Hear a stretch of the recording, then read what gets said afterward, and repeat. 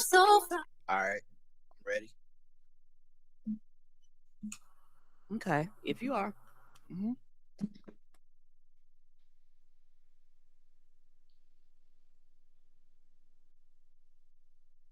Hey, welcome to another episode of the Blackout Tips Podcast. I'm your host, Rod, joined as always by my co-host, Karen. and we're live on a Saturday, ready to do some feedback. Find us everywhere you get podcasts. Search the Black Guy Who Tips. We'll come up. Leave us 5-star reviews on Apple Podcast. Today's a feedback show, which means we're going to talk about all the comments that you left and interactions that we had with the fans throughout the week. And it's really easy. Everything for the contact info is in the show notes. The official weapon of the show is Folding chair. and the unofficial sport Bullet ball. and bullet ball extreme. All right, let's go ahead and talk about the people that gave us money. They go to the blackouttips.com. They look on the right hand side. You can sign up to just be a recurring donator. I'm not talking premium. There's no paywall. Just I would like to give y'all some money, and it doesn't matter what amount of money. It doesn't matter if it's a one-time recurring. We give you all the same shout out, and that's what we about to do right now.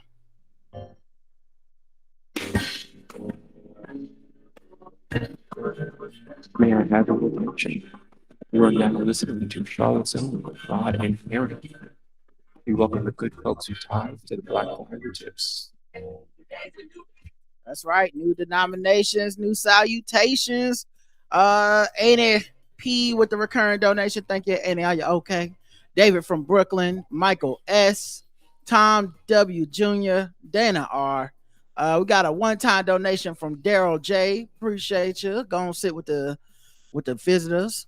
Laura E, Jane M, Noel W, Nick Z, Bomani Jones, Pete B, Johanna M, Douglas R, and Latricia C, and finally Laura F. Thank you, everybody that took the time out to put a little something that jingles in our pocket. We appreciate you.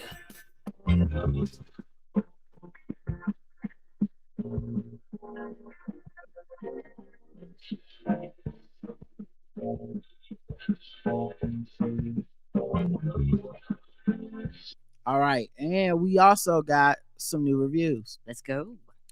Once again, I think I've read one of these already, so I think I skipped that one. So okay, well I don't remember this. Yeah, one. I don't All right, remember. well fuck it. Here we go, guys. This is how you do it, except for one listener. This is one of the best podcasts going. Is from Bad Motors One. Rod and Karen have great chemistry. Obviously married, cuffs and swing sets with a jam. They offer great insight into stories of the day. They are funny, but it ain't all jokes. You will learn things, and they are not stingy either. Long shows with dope music. I don't know who Appia is. Oh no, I did read this one. Okay, yes. The Appia slander. Yes, Appia took us straight for no reason. No reason. Oh, sorry, Appia. I didn't even catch it again. Let's see. Now I'm worried that I read the next one. Let's see. All right. Number one podcast for news, jokes, and joy. This podcast is the Blackout Tips podcast, hands down the best blend of news, humor, and cultural insight out there. Rod and Karen bring an unbeatable mix of wit and wisdom, making each episode a joyous journey through current events and everyday life. Their ability to stay culturally in tune while delivering hilarious commentary sets them apart in the podcasting world. If you're looking for a podcast that keeps you informed, entertained, and uplifted, look no further than the Blackout Tips. This is from Miss Chinks. Thank you very much, Miss Chinks. Mm-hmm. Love this podcast from Cheesy Mac, who says Rod and Karen are the goats, genius, omniscient, awesome, talented. Okay, big words. Vocabulation. Not greatest of all time, but the genius, omniscient, awesome, talented. Okay. I love the chemistry, the comedy, commentary, and conversation you bring throughout the week. I look forward to my alert telling me a new show is up. Thank you both for staying true to your character and being unapologetically yourselves, because I appreciate, respect, and value that for you for doing so. I'm tired of these flaky black folks with platforms that throw our community under the bus seeking nods from massa. I ain't say no names, but I hear you. Fill in the blank because the list is constantly growing, ain't it? In closing, finally, keep up the great work you do on your own. They put finally, not me. I didn't put finally. You can praise me forever. In closing, keep up the great work you do on your show and the Karen Hunter show. You both did a great job hosting that Friday. Many blessings, Dale. Thank you, Dale. That was very nice of you. And the last one is from Japan. Oh, shit now. Oh, konnichiwa. Just amazing. This is the definitive Black podcast. Rod and Karen's hilarity and intelligence know no parallel. Finally figured out how to get premium, and I'm digging into the archive. Do yourself a favor and listen. It's really that good. Go real if you need me to say it, to say more. For real, if you need me to say more, I don't know what to tell you. Stop reading and subscribe. Yes. Shout out to Japan. Slater X0 was the person that left the thank you for all those kind reviews, everyone. I think this may have been the person that wrote it. It was like, I don't know how to do it. We was like, yeah, you can do it. All you got to do is post in the iTunes. Yeah. They actually said they didn't know how to go premium, and they actually did go premium. And then they wrote that 5-star review. It's nothing but nice stuff. Thank you. All right. Let's get into the episodes for the week. Now, on Spotify, because we switched hosts, it's so finicky. I can't even go in there and look at the old episodes and the polls and comments on like even if I log out, log back in. So I don't know what the deal is with that, but it's for the best anyway. I'm not going to be able to keep posting polls and comments over on Spotify if we're going to host the podcast somewhere else. Right. It's like a thing that they want you to do on Spotify. So we won't be able to do that part anymore. So I guess the show's going to get a little shorter. But we appreciate everybody that, gave us feedback on Spotify and stuff, because that was right. Because they was like, this is the feature kind of in our little ecosystem. Yeah. So, but we still have YouTube. We still have the website, of course, emails, voicemails, and Instagram. So still plenty of ways to get in contact with the show. It is. The first episode was 2905, The Gray Area, where we got 11 comments. It's a feedback show. Well, the first comment is from Appia. She said, to the person who has a problem with me for whatever reason, I still wish you well and hope your life is going great. And EVE says, we love you, Appia. Need an update on your search for a black friend.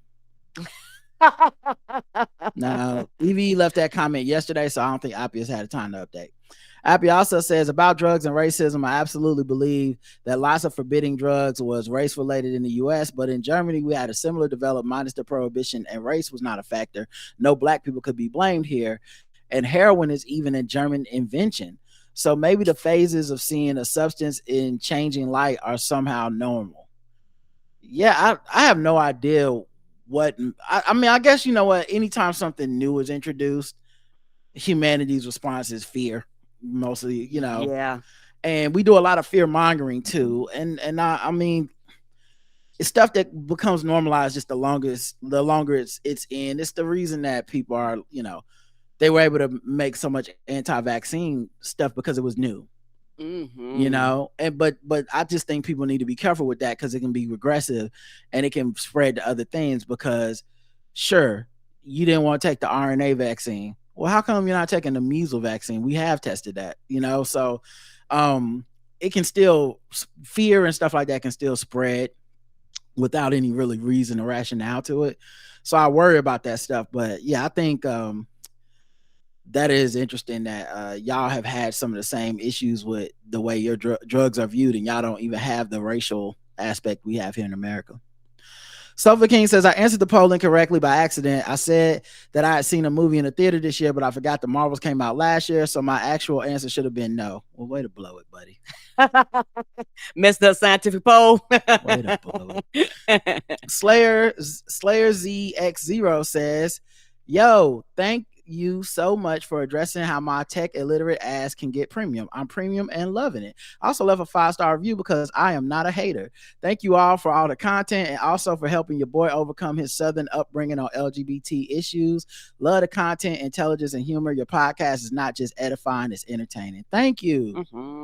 Appreciate you. Yeah. And as always, anybody that has any issues, if you are premium, if If you're trying to become premium, if you're just having issues with anything on our website or just learn, email me, the black guy who tips at gmail.com. I'll walk you through it. I'll help as best I can. I've helped a few people get premium and stuff over the last couple of days. And I thank y'all for reaching out and even wanting to support our business like that. And I hope you get, your full enjoyment from it. Mm-hmm. Ramsey D. Jenkins says 5 stars. Thank you for sharing your thoughts on listener feedback. I'm a week behind, so I'm late with feedback. There are some episodes where I don't have to leave feedback because the Blackout Tips family summarizes my thoughts beautifully. I enjoy reading and reviewing others' feedback. While we may disagree, the Blackout Tips family is passionate and crazy about our podcast hosts. Tanya W42 says, I'm trying to imagine an ambient diss track. Brian Eno's music for Drake, sorry ass. And Apia, you're awesome. Pamela M8 says, regarding your premium content, it was right around this time 11 years ago. I'm on Spotify going back through old episodes, and the first Momcast you had was episode 468. And the very next episode was the Blackout Tips Premium with Chris Lambert. Good times. Thank you. Wow. Mm-hmm. I went back. It was like 2000. What would be 11 years ago? 12, 13, somewhere around there? 2013, yeah. So I didn't even know that. Wow, that's crazy. Because the time went by so fast, it don't feel like it's been that long. Yeah, that would mean that was when I lost my job.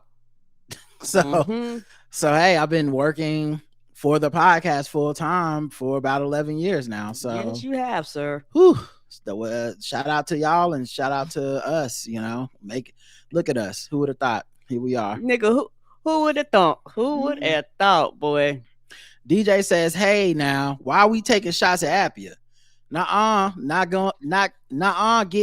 on out of here with that malarkey. I need my real ally white women reading Ta-Nehisi Coates and 1619 Project seriously and not making it about them over here. Not ashamed to let them bring the I want to speak to the manager energy to help me out.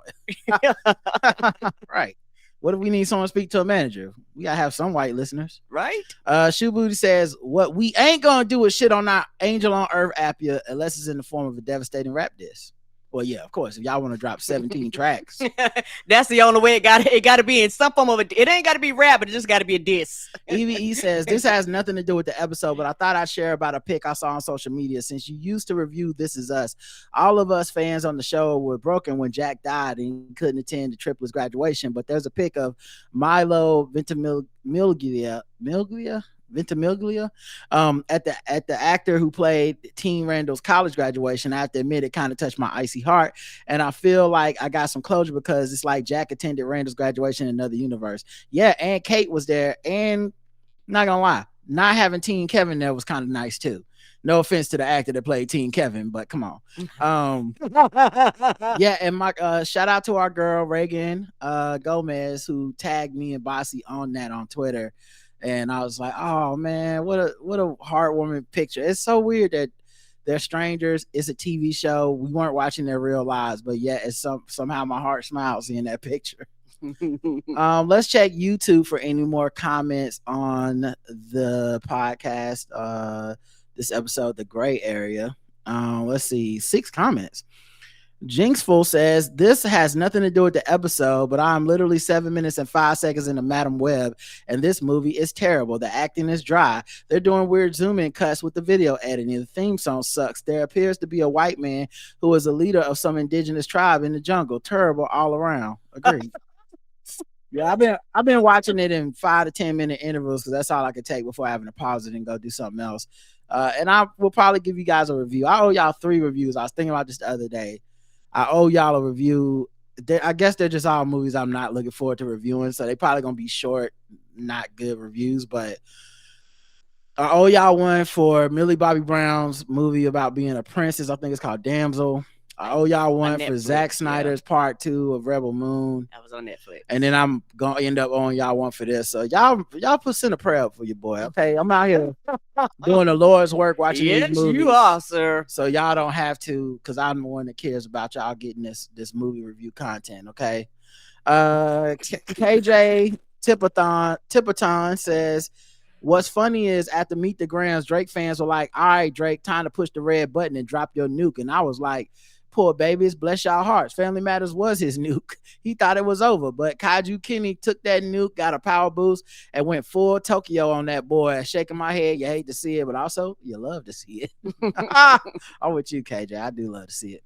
Yeah, and Drake did a guest verse on Sexy Red's album, and he rapped over the BBL Drizzy beat, trying to like, you know, I guess take it back or something, like make us like he's going with the joke or something, but it just didn't work. It just that's not gonna work. Yeah, it's I don't know what he's gonna do to get out this, but I don't think tweeting through it's gonna work.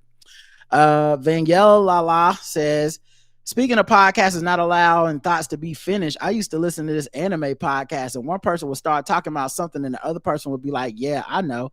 Then the first person would say, yeah, okay, and they move on. But I would think, wait, I don't know. It happened enough that I would wonder if they forgot they had an audience. Yes. And just behind, you know, little production stuff, like sometimes y'all will hear me make Karen explain something, and I actually do understand what she's saying, but I'm like, the audience doesn't necessarily understand. True. And sometimes I'll go back and explain stuff because Karen does a lot of shorthand stuff, like she's only talking to me. Yeah. And I have to go back and be like, okay, because I can kind of trace how she got to where she's at, but I have to go back and do it for the audience so that we don't get emails and shit of people like, well, y'all put up something, and let's be frank, by the time we get to y'all's comments, it could be 4, 5, 6 days later. I might not remember that moment anymore. So if I can be present in the moment, sometimes I'll go back and be like, okay, so you're saying that because of this, this, and this. And then that normally fleshes it out so that there's an understanding for the people who are not in the room. Yes, because we talk to each other so much all of the time, and your voice is the only voice that I'm hearing most of the time. So I'm like, hey, blah blah blah blah blah blah blah, and you're like, yeah, I understand, but it don't mean that the person listening grabs on all these context clues. And they could absolutely get it. Like, I'm sure there's some people that find it annoying. They're like, I did understand, but not everyone's listened to our show forever. Right? Not everyone remembers every episode. Not everyone remembers every article. So there's just times where it happens all the time, and I'm just trying to be cognizant of having an audience. And yeah, even in stuff where it's like, yeah, I know, if it's something that people actually need to hear in order to get the context of the conversation, it's bad to say, yeah, I know, and skip past all the explaining, you know? Yeah, because that right there might actually engage people even more into your conversation and what you're talking about, and just get to know you a little bit more in depth. I mean, because you're verbally talking, so it's okay to extend things by using words to explain things sometimes. Long time, second time. I deep down love y'all in my soul, like family. First Lady Karen and Sir Rod, please keep doing what y'all doing, no matter what. Giga Drake Box said, y'all review and reporting on the entire Kendrick Drake saga was epic, and I got my entire life from it. Thank you so much. Thank you. Mwangangi says, you could still catch a yardstick in the principal's office in 1983, New York. Yeah. I mean, I got paddled. Me too. Heather says the caller feedback was amazing, and Rod, you better say it louder. Love don't love nothing but itself. Celebrating 29 government years as we drink our water and stay out of other folks' business. Life comes at you fast, and toxicity is all around. Appreciate y'all modeling normal, mature couple behavior. Thank you, Heather. And honestly, you know, I wouldn't even say what we're doing is modeling the behavior. This is just y'all get a glimpse into our marriage through the show, because this is, you know, like what we do and what we talk about. But yeah, this is it. This this isn't even for y'all. Like, you know, like a lot of people we do are like boring ass niggas. Well, you know, I just say a lot of people do like that thing where it's like, we're gonna show the world how black couples could be. I would behave like this if we didn't have a podcast. Right. Yes. So y'all are not a thought about when it comes to how I treat my wife. Honestly, the podcast could go to hell and I'm still gonna be treating my wife right. That's right. Still gonna be loving my husband. Yeah. All right. Let me play some music so we can get some new get some commercials in here. But yeah, here's another song. You know what we're here for? Psycho. Music. I'm not understanding. Everybody's yelling. Each one had built Butch body. Each one had built Butch body. Each one had built Butch body. Each one had built Butch body. Oh, what now? Each one had built butch body. Each one had built butch body. I'm not understanding. Everybody's yelling. Each one had built butch body. Each one had built butch body. Each one had built butch body. I've been calm down.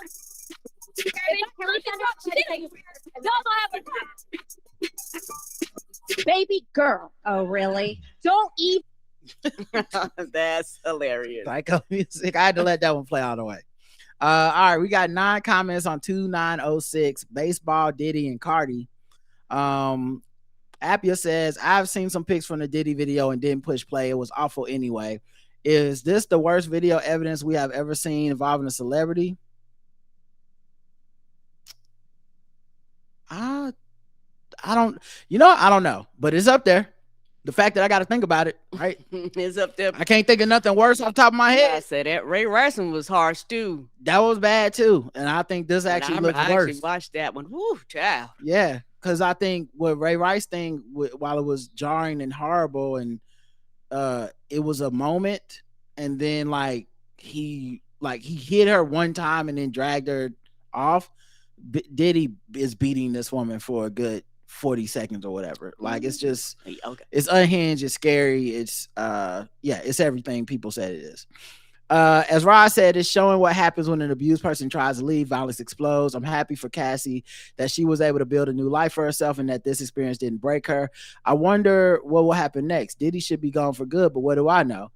Yeah, I don't know what happens to him, because it sounds like legally this will not be actionable. Other women are coming out the woodworks and accusing him of things that I think are legally actionable, but who knows how much proof they have of those things. Right. Because obviously this video was out there and was, I mean, if not for raiding Diddy's house, maybe we never even see it. I agree. But there probably aren't a ton of videos and stuff like that from that type of thing, but maybe he's recorded some things himself. Maybe there's other stuff that we don't know, but and then as far as socially, I don't trust our society to do a good enough job of being like, oh, we just don't fuck with him no more. So when he hosts his next white party, my guess is he's not gonna host a white party this year or whatever the fuck, right? And then he'll wait a while and be like, all right, now I'm hosting it, and see who goes, hey man, we got to support Diddy. And a lot of people, they let time pass and they think we forget and it doesn't become as serious or egregious. And as long as he can financially benefit people, they're going to show up. Yeah. I mean, it's a reason that I know people who still make the case for Chris Brown. Like, it's that this shit is not that unusual or egregious to some people. With enough time passing, they go, it wasn't a big deal, was it?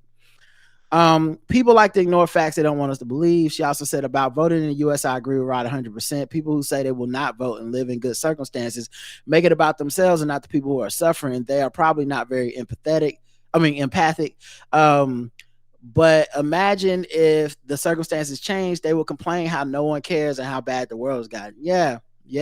I've seen that before. Like, I knew there's this woman who, she is a trans woman, and I remember before the 2020 election, Biden versus Trump, they're both the same, don't vote, fuck it, it doesn't matter, and all this type of shit. 2016, I'm sorry. And so of course Hillary Trump won. Mm-hmm. And then like immediately after he won, she spent like the next 4 years tweeting about how you don't care about trans lives, y'all let Trump win, he's a transphobe, and the Republican Party is trying to, they're passing all these laws against trans people. And I'm like, but you can't have it both ways.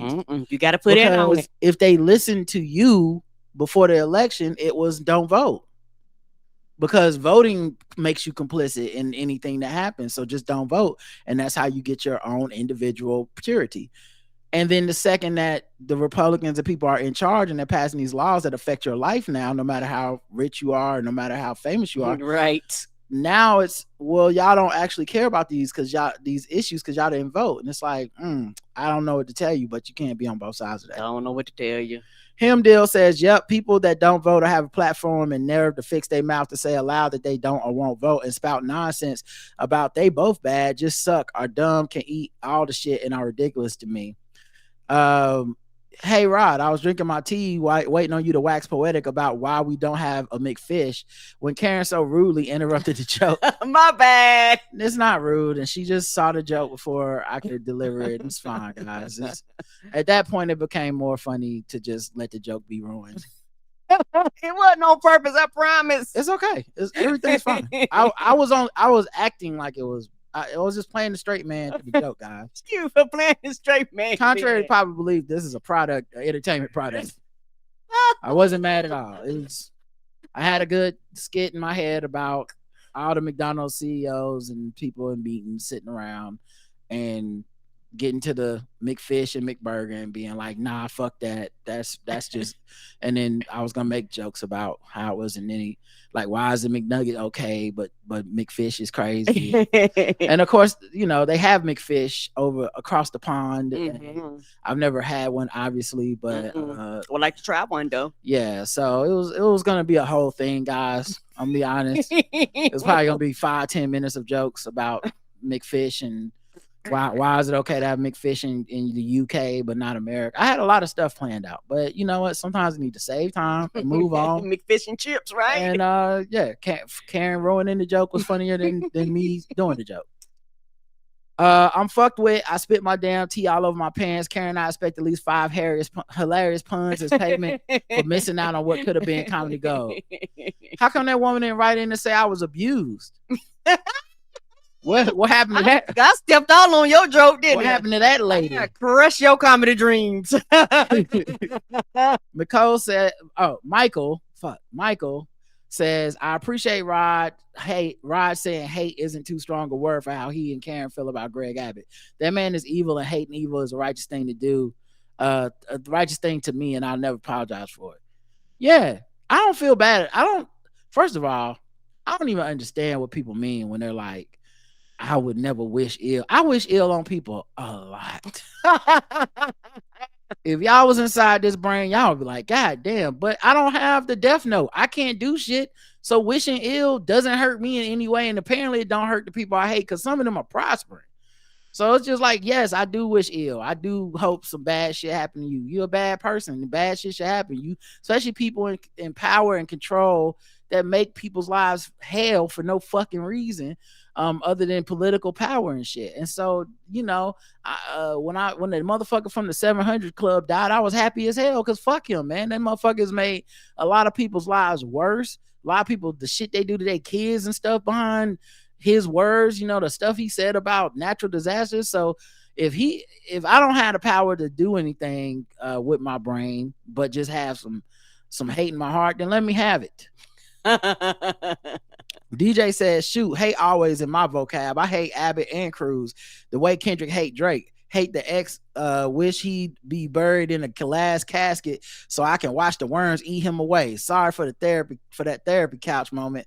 I'll see my way out and pay the tip secretary on the way out for the session. Ramsey D. Jenkins says this episode gets 5 stars. Greg Abbott, Dan Patrick, and Ken Paxton can all kick rocks barefoot. Ugh.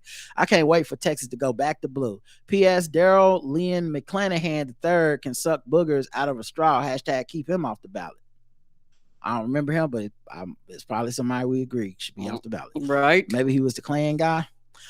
Shoe Booty says, I love going to baseball games. Minor league is where it's at. I got married at a baseball stadium last year. Wow. Oh. About Diddy, a black man without charges. No, he has plenty of charges, just was slick enough to settle them or get them dropped. There's a laundry list of him being aggressive and abusive, using violence and threats against men and women since the 90s. His time is up. Right. Yeah. No charges is not necessarily he ain't got in no trouble, right? That's true. Chubb Zero says, happy Saturday, Rod and Karen. I got a question for you guys. Am I wrong for not being interested in the whole Gaza/Palestine conflict?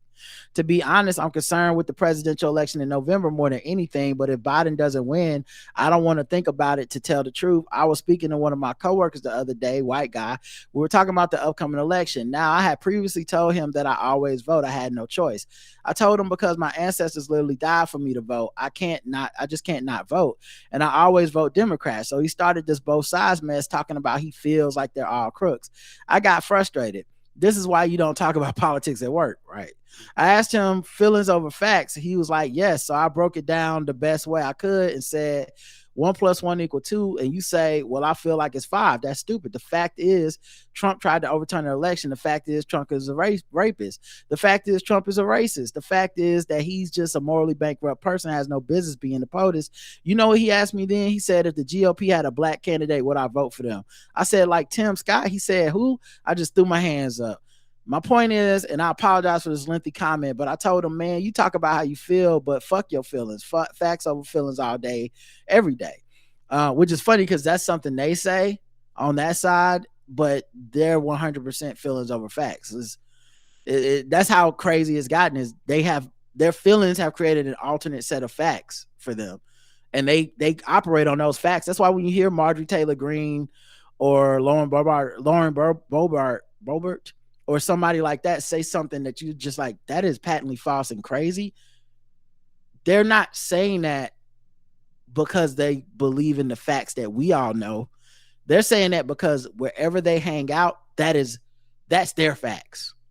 So saying, oh, which one of y'all hired Judge Merchant's daughter to work for y'all Democrats? Everyone in that room was like, what the fuck is she talking about? We've never heard that in our life. Right. She's heard that somewhere. Yes, she wouldn't have brought it up on their podcast circuit, on their on a Truth Reddit Social board somewhere. Yeah, somewhere that is a thing that they say. Them Chans, she done heard it. Once again, I apologize for the rant. You guys have a nice Memorial weekend. Oh yeah, Rod, I heard you on Karen Hunter yesterday with Broussard. Well, you asked about the Kansas City kicker. I knew it was about to get spicy because I heard him earlier in the week discussing it with Rod Parker. Chris is a piece of work, huh? All right, y'all, take it easy. Yeah, man, that got interesting on Karen Hunter's show because I know Chris Broussard through the media and I don't know him like a friend or anything. But I just, I know just from following sports talk and shit, like some of the stuff he's talked about. And yeah, one of his big things is I'm a Christian, and he kind of believes Christians are the oppressed people and stuff, and he carries it on his sleeve. I think he's a Catholic, but he carries it on his sleeve like it's a marginalized identity, and that they're somehow being like discriminated against and stuff. And I wasn't trying to start no shit really, but I really truly was like, if we're gonna have an interesting conversation, it's the biggest story in the NFL is Harrison Butker's speech at that coronation or whatever. Everybody's getting asked about it. Yeah, and Karen Hunter stopped watching the NFL because Kaepernick. And so I have to bring it up and ask Chris, because I knew he would have an interesting point of view since he's one of those Christians are the real oppressed people. I knew he would have an interesting point of view where he probably would defend Harrison Butker while at the same time disagreeing with how Kaepernick was done, but kind of tacitly pointing out like, well, he just wasn't good enough to do what he did. But it's like, well, Harrison Butker's a fucking kicker. A kicker. Okay. That one kicker that was called like Legatron or whatever the fuck his name was, like that kicker who was amazing. He got accused, and it seems falsely, accused of sexual assault. And he hasn't gotten a job in the NFL since. And can't find a job. Basically meaning a kicker's just not that valuable to the NFL to even deal with very much headache in the first place. Which makes me have to say Harrison Butker is not the headache to the NFL that that they won't tolerate, not because he's great, but because his views are not that outside of the views of the people they would like to watch football. That's it. That's the facts. That's as easy as it gets. All right, let's see. On YouTube, got a couple comments here. Before you go on, go ahead, player, kick it. To comment on what the previous person had written, yes, I agree with you. This is one of the reasons why, particularly when you go into the office, you don't talk about politics to your coworkers. because you don't know their background, you don't know, where they came from, and you know what, conversations like that piss them off, and you know what they do? They'll go run, even though a lot of times they be the one bringing the bullshit up, but they'll be the first thing smoking the HR the first time their feelings get offended or you say some shit that they don't like, and then you have to be on the backside fucking defending yourself. So what I learned over the years when they start having them conversations, I am the master of, oh, let me get the fuck out of here. I will start doing shit. I'll get up and leave. Like, no, we are not having this particular conversation. I am not, and I refuse to have it with you, because all jokes aside, I've realized, just as a populace, particularly if you already, because most of these people who are like this are the most vocal. Most of these people that have these strong feelings are the most vocal. Most of the people who kind of go the other way, they're just trying to do their job and fucking go home. Or you got the people that feel that way and they just won't do their job and go home. But you have a small percentage of people that just got to let everybody know how they feel all the time, but they're the most sensitive motherfuckers, but they consistently asking everybody else how they fucking feel about shit all of the goddamn time. People like that get on my nerves at work, because like, hey dog, you really can't take my opinion. So, like I said, I work with people like that. I mastered changing the topic, changing the subject, leaving the room, because we're not about to have this on the clock. You know what they pay me not to do? Pay me not to talk about shit like this. In fact, you're the reason why everybody has to go through a fucking HR seminar. And what the fuck is fucking first thing they tell you? Don't talk about this bullshit at work. This is exactly what they tell you all of the time. And a lot of times it's white people with white privilege most of the time that are the most blatantly break these goddamn rules. Agreed. I don't talk to coworkers about that shit at all. Nope. Never worth it. Let's see. On YouTube, John says, nah, Rod, Karen disrupting your joke is way funnier. You mad and she tickled Chef's kiss. No, that was part of the joke, guys. Am I that good of an actor? You are.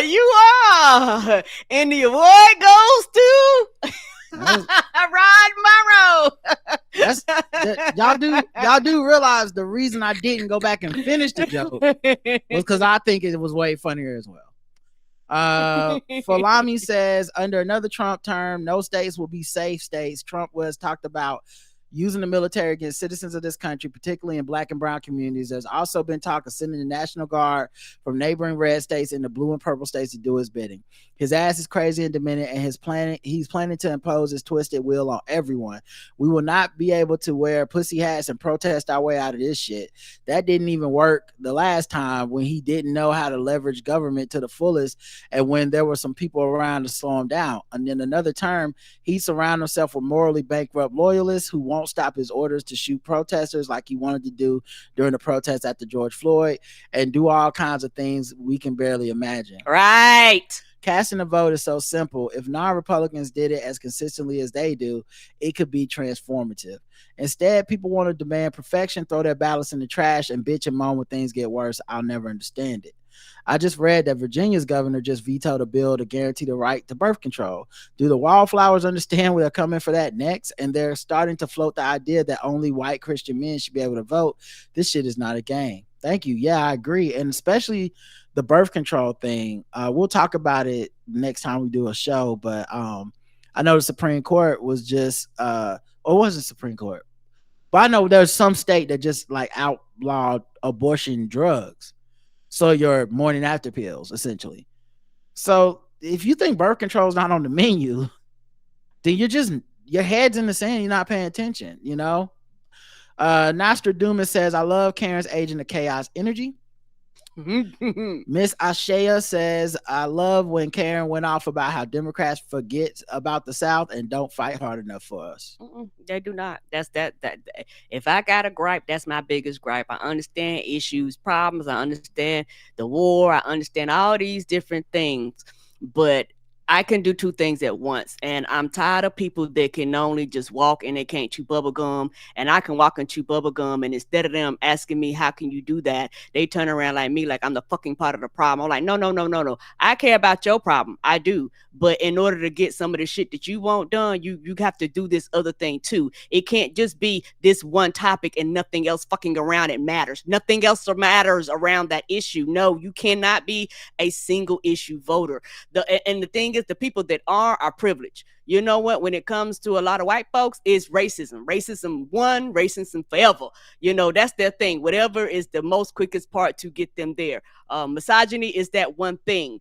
But at the end of the day, they will vote for candidates that might not 100% agree with them and might do a few shit that you might be 3 degrees off. They're like, well, fuck it. You gonna be there? The other percentage of the time they go, yeah, they was like, you got my vote. We're like, look, if you don't have the same vision that I have in my mind on the way this to go, 100% fuck you. And that's dumb. The next episode is Cloud Over Everything, 2907. Apia says, Amber Rose, the woman who organized a slut walk to empower female sexuality and autonomy, who said, just because I'm hot, you are not allowed to touch me without my consent. True. She endorses a man who did exactly that. Who empowers forces that will take autonomy away from women. What do you even stand for, Amber? I didn't look at the teacher, so I don't know how he looks, but it is very strange how often he mentions how beautiful and attractive he is. It's very weird, and beautiful people can also be inappropriate. It's not like it was creepy, but because you are beautiful, it's okay. Yeah, not just that, but he's also going the other way of like, if I was ugly, y'all wouldn't care. And I'm like, people can definitely stigmatize people they don't find attractive doing anything intimate with anybody, even consenting adults. Right. What the fuck are you talking about? Crazy. Evie says, I'm actually not surprised about Amber Rose endorsing Trump. She always been a card-carrying member of the attention economy, and let's be honest, no one has been talking about her for a while. The only mention of her in recent years has been when Jocelyn gave her that work, and going right is one of the easiest ways to get attention from both sides. You're right. I mean, even that tattoo of her, the slash bash tattoo or whatever is on her forehead is very like, pay attention to me. Mm-hmm. The right will immediately cling to you and the left will call you out. Either way, you're getting the attention you crave. It's the same story out of the Stacey Dash playbook. Clout is a hell of a drug. MTG can dish it out, but she can't take it. I know she thought she would score some points with the fake eyelash comment and would get a soundbite for her constituents to use and tweet about, but she didn't know Jasmine Crockett would eat that ass up. I saw a video of someone calling her a bleach blonde butch body to her face in the airport. So typical of a Karen throwing a rock and hiding that hand. And you know it bothers her because she made a video of herself working out and it did herself no favors because she's shaped like SpongeBob.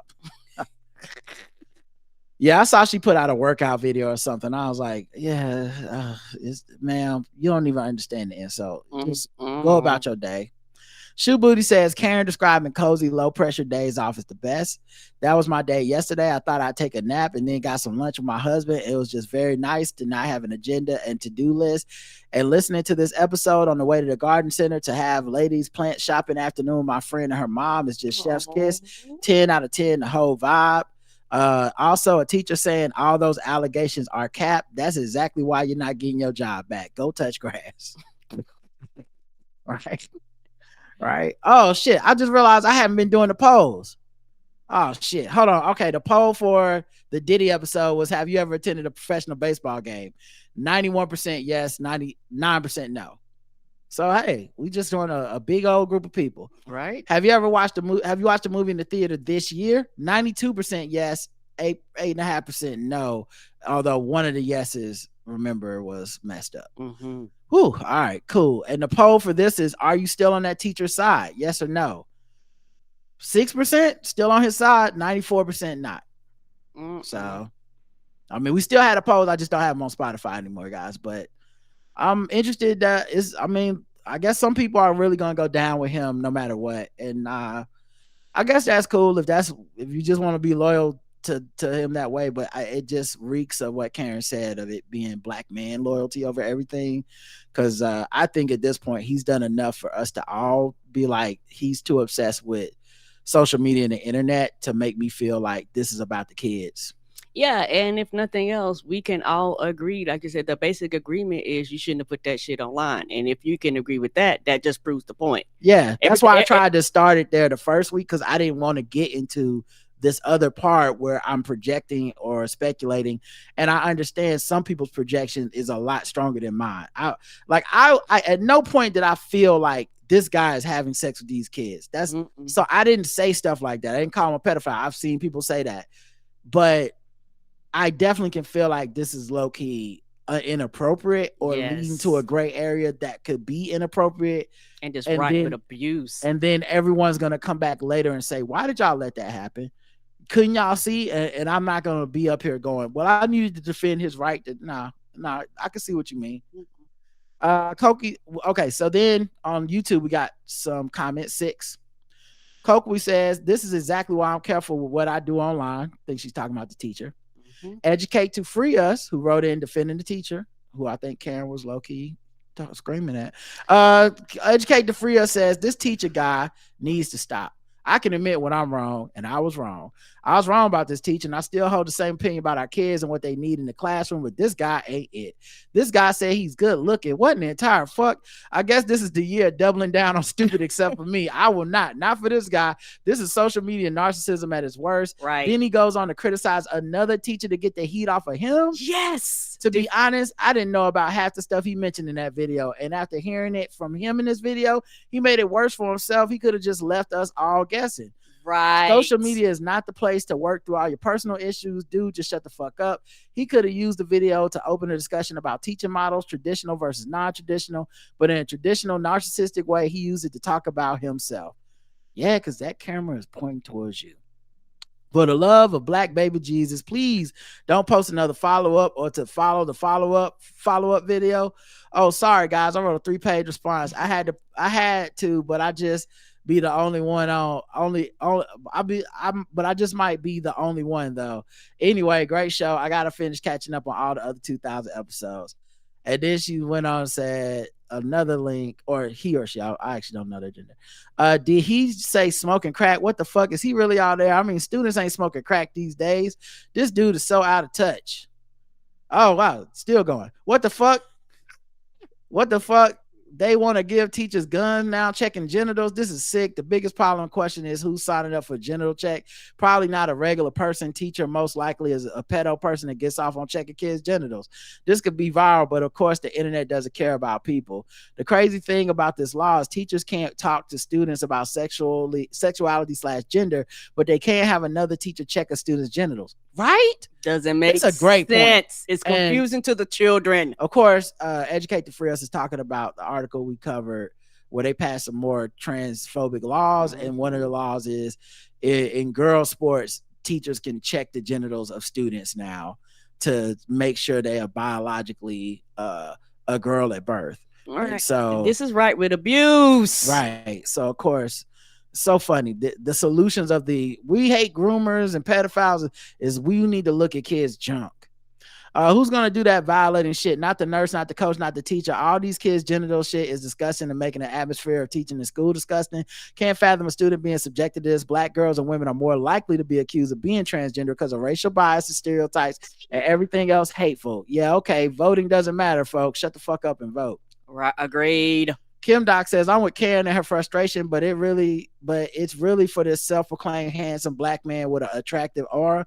I'm so confused. Is it Uchi Wally or one mic for him? Right. If it's split on both sides of that, fire him and best of luck with our future endeavors. Delete those student numbers out of your phone. Why are they texting you? It's all crossing every line and yelling at us for our interpretation of clearly inappropriate comfort and contact with these children.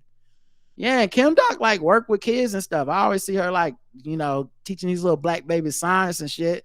And I'm like, yeah, like even people that work in that industry do understand like there's a reason there's some professionality involved in it. Mm-hmm. It does, and because I don't think people are being extreme, at least from what I've seen. And I know me and Karen are. Mm-mm. I wouldn't have a problem with a teacher helping a kid after class. I won't have a problem with kids hanging out in the teacher's class. I don't have a problem with that, you know. But yes, if I look up and it's manicures and doing hair and shit, there is a moment of like, okay, that's a little different.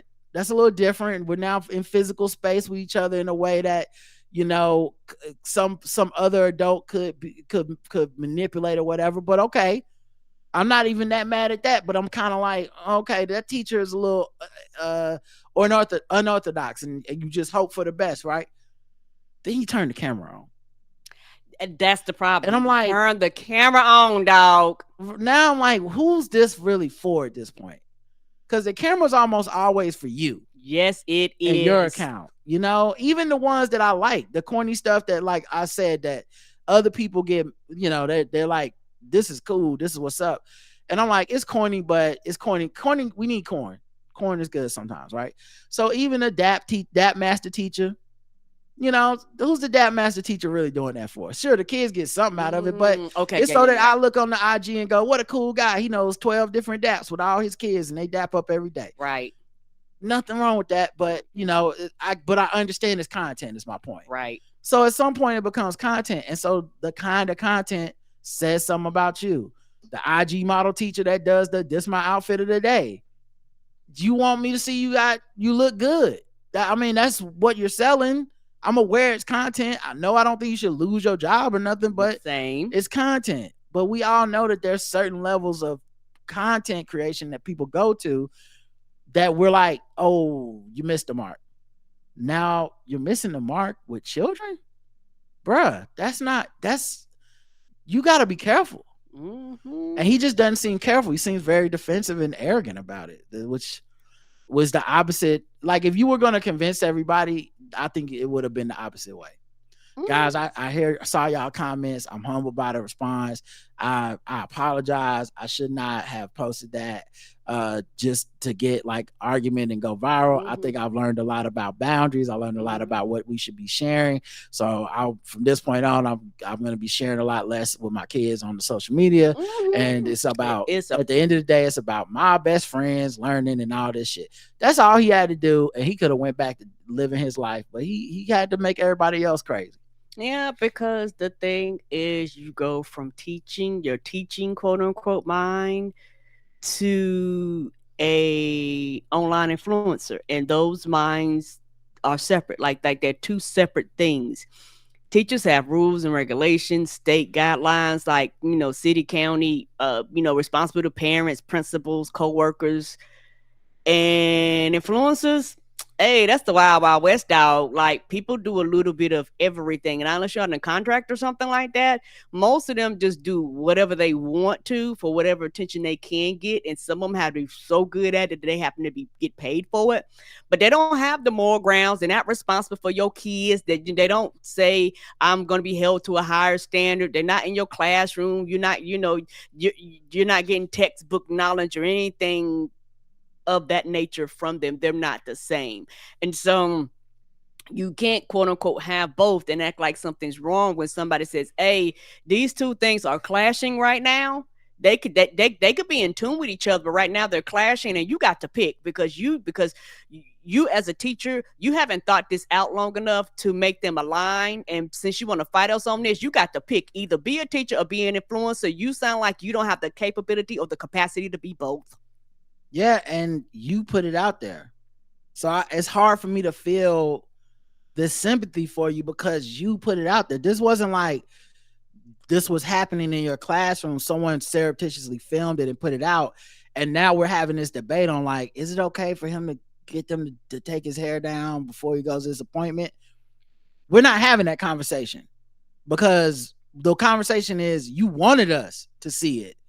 And to me, that becomes a bigger part of this conversation than even what was happening in the video. It's, wait, you wanted argumentative commentary out of this content with the kids? I thought you were a fucking teacher, man. What is this? All right, but back to this. Kim Doc also says, my favorite part of the Rep Crockett takedown of MTG was my good clean rep James Raskin absolutely dying. He knows the vibes. Cookout invite sent. He can sit at the picnic table. We don't even gotta take him to a plate to the car. This was epic. Did you see the black woman that walked past her in the airport said bad built butch body right in her face? Yikes. It's giving BBL Marjorie vibes. Absolutely iconic. That's hilarious. All right, let's see. I think we got one more episode, so I'm gonna play some music here and we'll come right back so I can make this Mizzy money.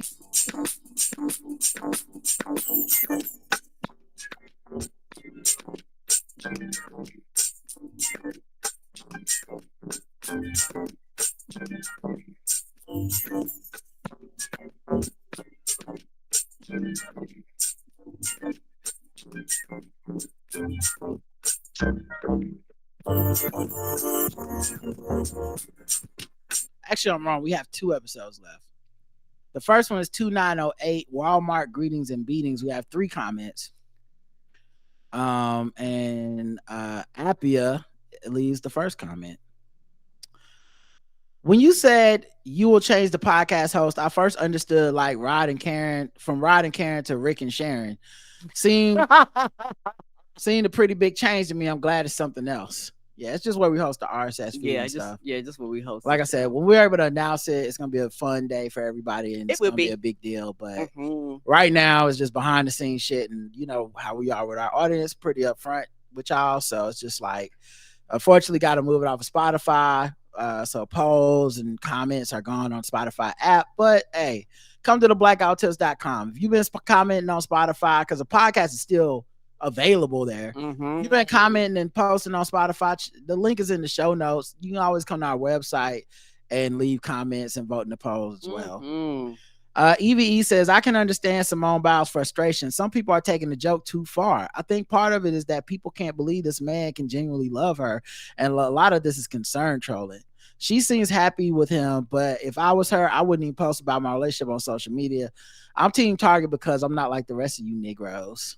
I'm with you, EVE, except for I think it's just so hard for anybody to not share on their social media. And I think it's as hard for celebrities as it is for you and me. Yes, it is. And while there are some very private people, that's just their disposition. There's some people that like to share. I like to share, you know. Almost every time I go for a walk or a hike, I'll take a couple pictures and put it on my IG. When I cook, I post it on there, you know. And so let's say for some reason people start trolling my cooking pics or whatever. I mean, I'm famous. I'm not famous enough. So I'm unfamous enough that I can be like, oh, I'll block this person, whatever, and I'd be fine. But I can't imagine if I was so famous, I literally couldn't do shit. There'll be hundreds of thousands of people all replying at once with that same stupid comment. And if all this started from an innocuous conversation on a podcast with my husband, who I love and adore, and where if people would have watched or listened to the whole podcast, there's other parts of it that go against this narrative that he's just this huge piece of shit guy that's secretly abusive and all this stuff. It's amazing that wasn't enough to offset it, but people need it to be one way. And so they won't ever let her live. And they claim it's out of concern over her, but I don't think it's out of concern at all. Like I said, on a deeper philosophical level and this is I can't prove it. It's just my theory. Okay. So I know these people will disagree with me if I came to their face and told them this. And I don't blame them, because what I'm about to say is a horrible thing to say about people. But I truly think they believe that girl is not to be loved.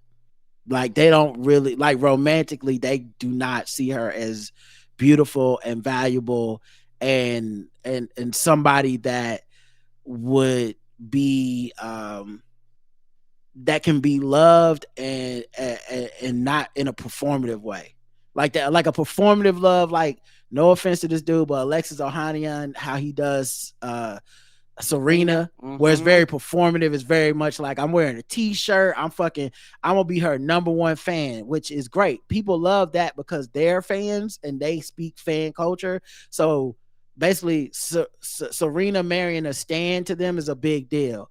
But this reaction that we're seeing from people, like in the comments of Raven Simone Instagram, when Raven Simone talked about how her wife had never seen That's So Raven when they met, and people were attacking her wife to the point Raven Simone had to put comments like, hey, stop fucking talking about my wife like that. And it's like, right, because they're fans and their fanaticism doesn't understand you're just a person. Right. And at the end of the day, you actually might find it fucking refreshing, attractive, and beautiful to be around a person that's not just fucking telling your shit don't stink all the time.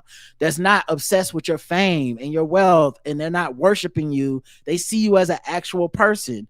And the thing about actual people, when you treat them like not gods, for a lot of folks, is especially famous people, it's like refreshing, because it's like, thank God I can just be real with you. And so I can see a world where Simone Biles is like, yeah, he didn't know what I did. Who gives a fuck? He likes me. We go out together. We do shit. We got cute little back and forth to her and him about who the best and all this type of shit. Her whole life is who the best. And guess what? She the best. So like I think she also has a level of confidence that most of these losers can't relate to. Cause she's not a loser. She a winner. And I also think, the stuff with like the teen doctor stuff, that lowered her value in a lot of people's eyes of like, what kind of man gonna love you? Man, that man. That's all, and that's all that matters. That man and her love each other. I don't even understand what the problem is.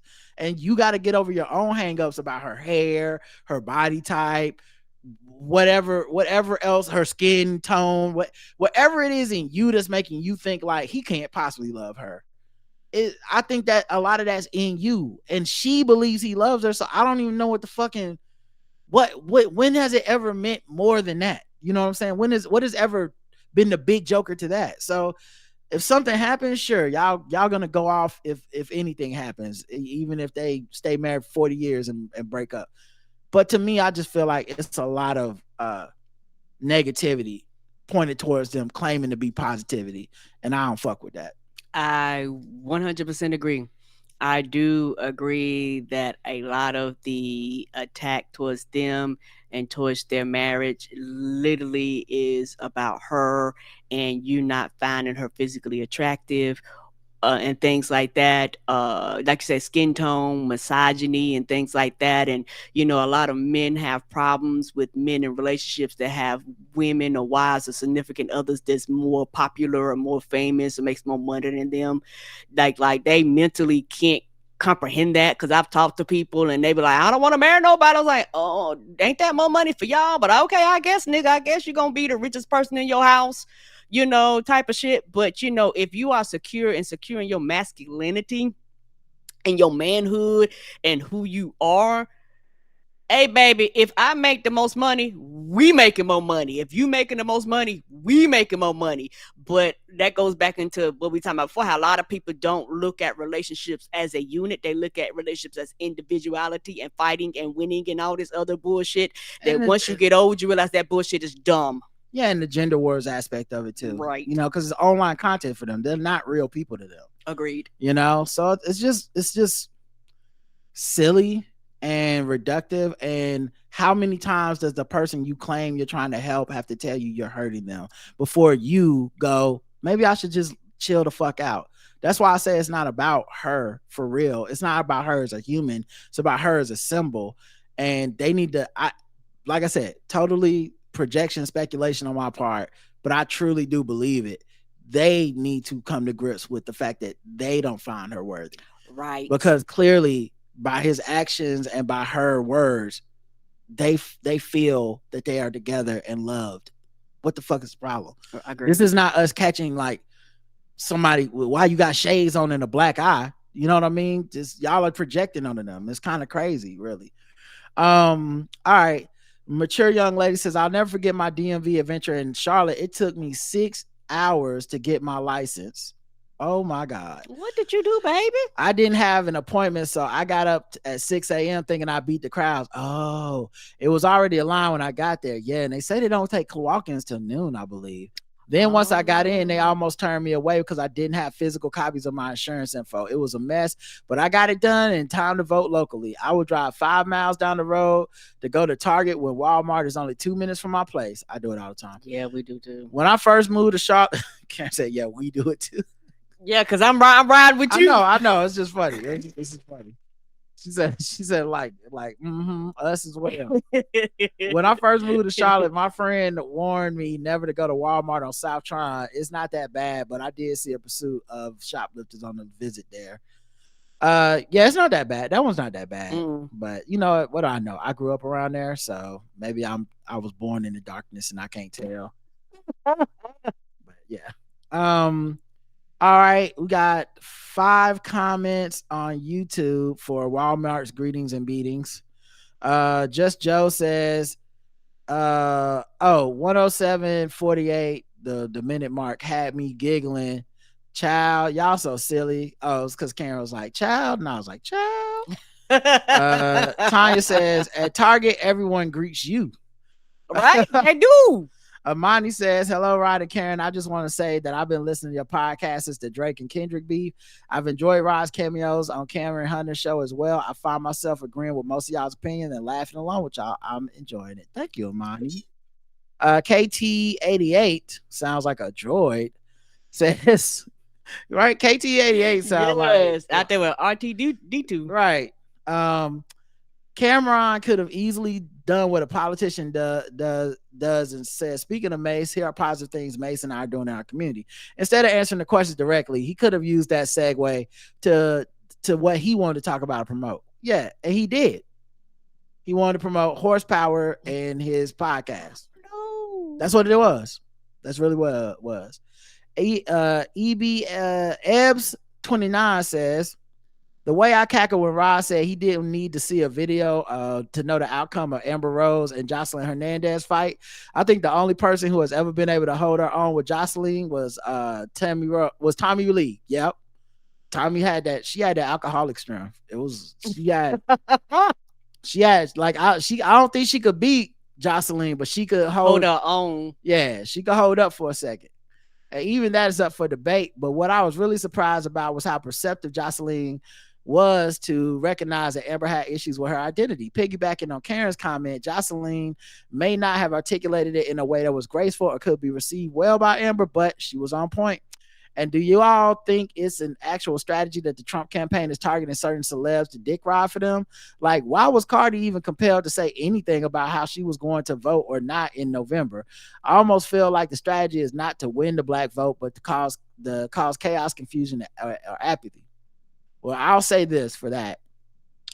I don't know if Cardi's in on that too or not, but we know for a fact from 2016, there were documents and stuff that leaked out of this campaign that was like Blacks for Trump or something. And those documents said they count, if you can go out to the community and get a black person that says, I'm voting for Trump, and equally weighted, they will pay for voters who say they are not voting. There was no difference to Republicans. They didn't say, okay, people that say they won't vote, $50. People that say they will vote Trump, $1. No, it's all weighted the same because they know both of those actions are votes for Trump. Yes, sir. That's why when Chris Broussard said he couldn't vote for Trump or Biden yesterday, I was like, yeah, because you low key are okay with Trump because it's going to get you more of a Christian conservative world than Biden will, even though Biden has shown himself to be a morally superior religious man. You may not agree with some of his conclusions, but that man believes in all that shit. Trump, we know Trump don't. I also think the situation with the Iranian president is definitely an escalation. I think Benny is getting his lick back for the drone attacks in April. That headline made me so anxious. Also, with everything going on in the Middle East and in Ukraine, I know that China is doing the Birdman hand rub, looking at Taiwan. All that to say, we need serious people running our government. Vote blue. Yes, we do. We really 100% do. And that's why people talking about I know who I'm going to vote for at the end. Like, and I cannot control who you vote for. I know who I'm going to vote for. And that is not going to change between now to November, no matter what happens. As long as Biden's alive, Biden's getting my vote. The poll was Walmart or Target, 91% Target, 9% Walmart. I mean, I can't even be pretending to be surprised at that. You know, those of y'all that pick Walmart over Target, I don't. Oh, okay. Oh, okay. Oh, you crazy. Walmart, greetings and beatings. Y'all get what y'all deserve. Just know that. All right, let's see. The last episode is 2909. The miseducation of Lauryn Hill is the GOAT. We know it because science. It was proven by Apple. Appia says about Jen and Ben, I don't feel good when famous people have problems or think that's her fault or something, but it's sometimes a reassurance that relationships aren't easy for people, even if you're super rich. I guess I don't even need the reassurance. Relationships ain't easy for people. Look around. Period. Any type of relationship. Relationship with your mate, others, your kids. All right. Like it's just hard. Friendships, relationships with people outside of yourself is just difficult. Kim Doc says the list was messy, but I love the result. Finna go listen to Miseducation today. Alexa, shuffle songs by Lauren. EVE says the Miseducation Lauren Hill is definitely a great album, but Thriller will always be number one in my heart. They probably shut down the Chuck E. Cheese animatronics because people keep associating with those creepy characters from Five Nights at Freddy's. I bet they were freaking people out. Yeah, but that and the fact that they look like the creepy Five Nights at Freddy's because they don't never maintain them. That's definitely who they based that off of. But that's the original fur of Chuck E. Cheese from when they opened that joint. Oh no! Back when I was a kid, that's 40-some years ago. Mature. Oh, our girl E says the Apple Music list was questionable, but it got people talking, so I guess it accomplished what it set out to do. Yes, it did. That's all list I'll ever try to do. All of them. Lauryn Hill is very talented. Her album was great. She gets lots of credit off the one album that came out over 20 years ago. My mind is still blown at how she got number one over Thriller or Purple Rain. I don't know.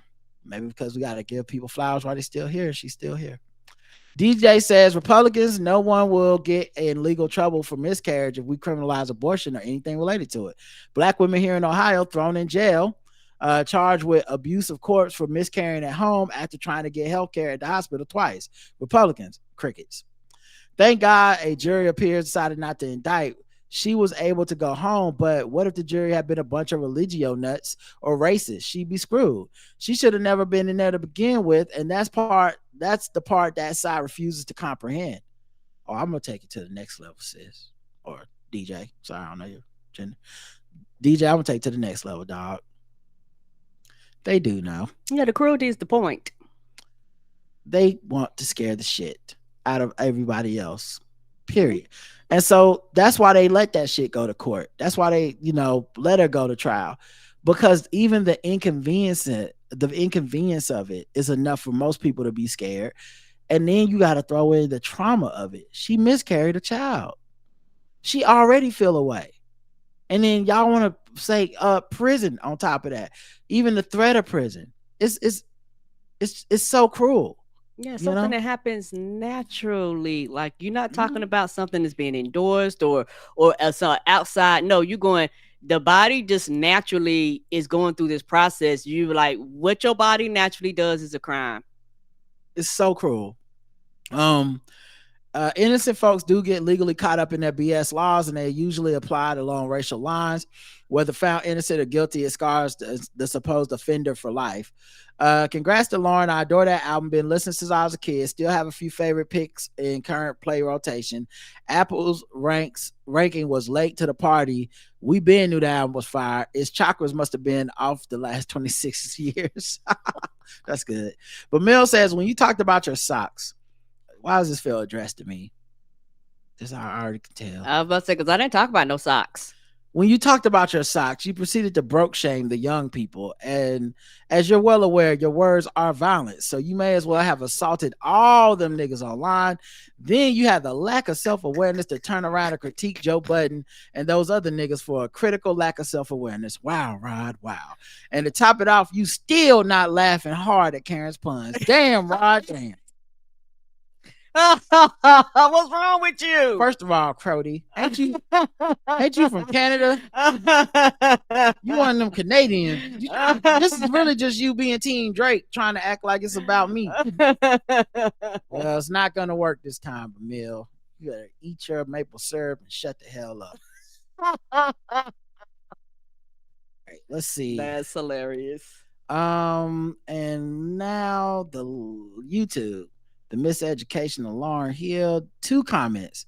Kim Doc, this beat you played at the beginning is such a vibe. Shout out to the creators. This is Kim Doc, by the way. And then Kim Doc said, I love this damn podcast. Brings me joy and peace. I watch it in the morning and it kickstarts my day. Congrats on all your success. For a black heart. Love emojis. Thank you, Kim Doc. Appreciate you, sis. All right. The poll is the Miseducation the greatest album of all time? 33% say yes. 66% say no. And I'm like, this was a trick poll. It's obviously the greatest album of all time. Apple already did all the math. They did the work.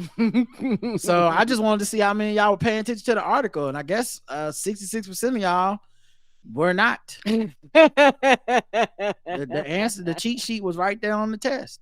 All right, time to move into something else. I think we got some voicemails to get to.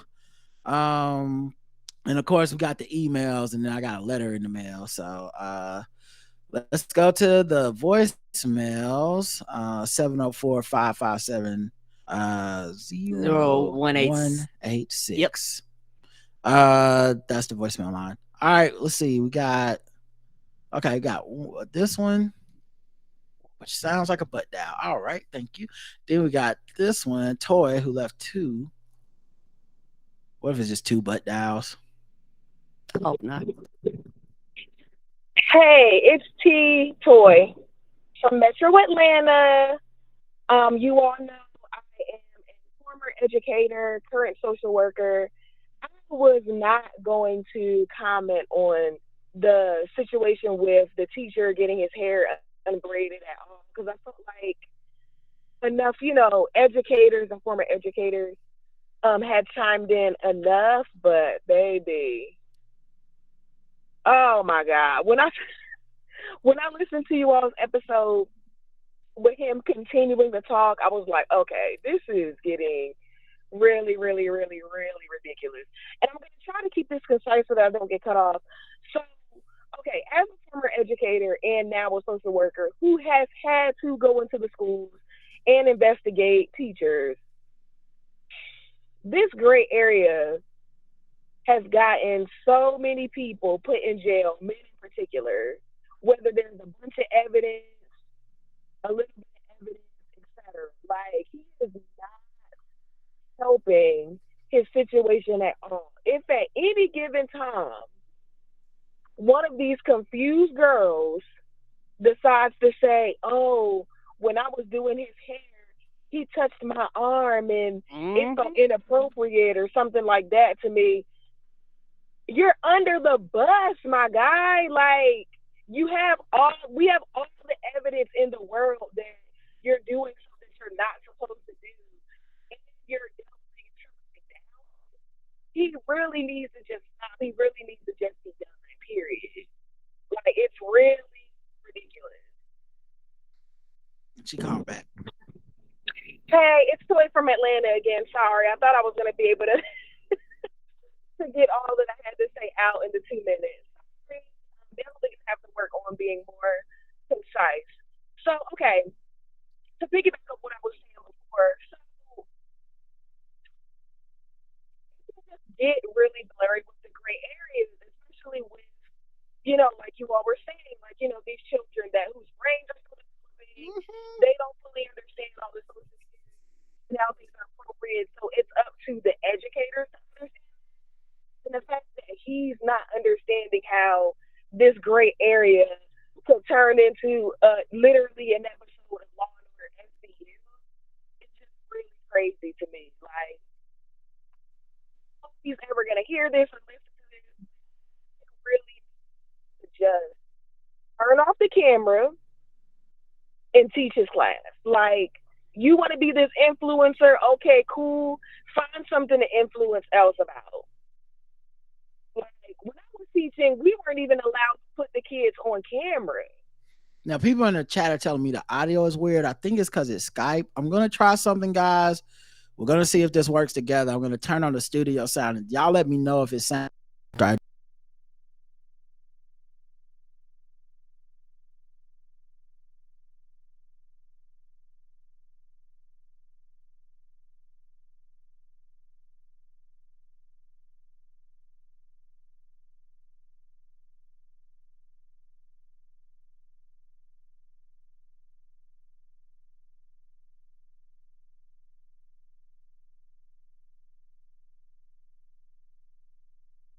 Turn it back off. All right, turn it back off. It didn't work. So hopefully the sound will come in again. So sorry, I don't know what they did to change up the volume, but to change up the thing. But I'm sorry y'all can't hear. But she's coming in loud and clear on our end. All right, let me finish this so I can keep listening and get to this. Their influencers are coming from anywhere, and how they're even allowed to do it. To be completely honest, the only people in the school districts that are allowed to take pictures and post them are literally like the school district that they post on like the website or the school newsletter or something like that. It's never the teachers posting it on their own social medias. I don't even know when that was even allowed. But that's all I have to say. Hopefully he calms down and focuses on what he needs to focus on. Love you guys. Bye. Thank you, Toy, and I agree with everything she said. Mm-hmm. You know, and like I said, I try not to do the like these girls are going to falsely accuse you, because I'm not saying, I'm not trying to paint like the girls can't wait to falsely accuse you, but the point being, professionalism is in place for the time that you didn't see coming, for the time that something happens that isn't predictable, for the time that a young person gets confused, she could just walk around and tell people, oh, he likes me, I like him and he likes me, we go together. And it's like the vast majority of us will be like, that's ridiculous. But if there's a bunch of videos of people doing your hair and touching you and shit, and you texting and calling them best friends, then yeah, it's substantially harder for you to prove that it's just a misunderstanding to people. Agreed. Next voicemail. Hey, Ken, this is Jada. I just want to comment about the gay animals documentary. Actually, this is something as a reason to why I stopped going to a particular church. When the Equal Marriage Act came out, I was actually surprised that the leadership of the church gave a whole sermon, was against it, and I contacted one of the elders, and literally, I am a scientist, so actually that is something that I thought about, that biologically, if we know that there are animals, in the world where we think that sex is only for reproduction, but we see, in the animal community that there are these, gay animals, or like they said, like there are like chickens, like women chickens can actually become on look like roosters if there's no rooster in the pack, things like that. So when I just learned that these different type of gender, bending and different things that happen in a community, I'm like, we are animals. People forget that we are mammals ourselves. And so I kind of made some of those points to the elder, and I think he said something like, in the Bible it says that we are not supposed to succumb to our basic animal instincts or something like that. So after that, I just was done and stopped going to that church. But yeah, that I think it's a shame, and I think that more people don't know about that. So I think it's really important that there are books and there are documentaries and things like that that are coming out to speak more about that. But thanks, guys, and love the show. Thank you, Jada. Yes. Another one of them smart press with them letters behind their names. We're the #1 podcast with black scientists. Clear. Don't look it up. All right, this one, butt dial. All right, butt dial. Great week to butt dialers. Blue Wave Rider left us a couple voicemails. Hey, Rod, it's the Blue Wave Rider. I'm just calling to let you know that how much I appreciate your coverage of the Kendrick and Drake beef. My old ass is so far removed from this that I think I'm living in Flashpoint, because I did not understand in the slightest what the heck was going on. Just as a suggestion, if you might want to create a folder in Spotify so someone can listen to all the episodes related to the beef.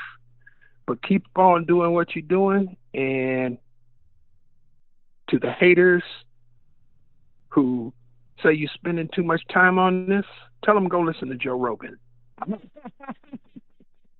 He did call back. Well, it sounds like a butt dial. Okay, butt dials. We was going off this week. Oh, but I do want to say I did make a playlist. I made it a while ago. Is Kendrick Lamar versus Drake Rundown is the title of it. It's a public playlist. Okay. I don't know that anyone subscribed to it other than me, but I knew that some people might want to have a place to send oh yeah, check this out. Here's all the episodes they did explaining that beef in great detail. So I put it in the chat too, but yeah, if you're on social media, I can tweet it at you or whatever. All right, last voicemail. Don't know who it's from. Hi, Bob and Karen. This is Veronica. Oh. I was just calling to follow up on an email that I'd sent, but about the situation at UCLA. I just wanted to make sure that we're getting a sense of what's actually happening on the ground in a fuller context, given that the news coverage has been sort of skewed and the issue itself goes pretty deep and there's suppression happening on multiple levels. Meanwhile, this week, our chancellor testified in front of the Republican-led House Committee on Education and the Workforce about anti-Semitism on campus. And anyway, just wanted to let you all know that you're still a relief in these difficult times, COVID encoded, difficult times. But anyway, sending love, be safe.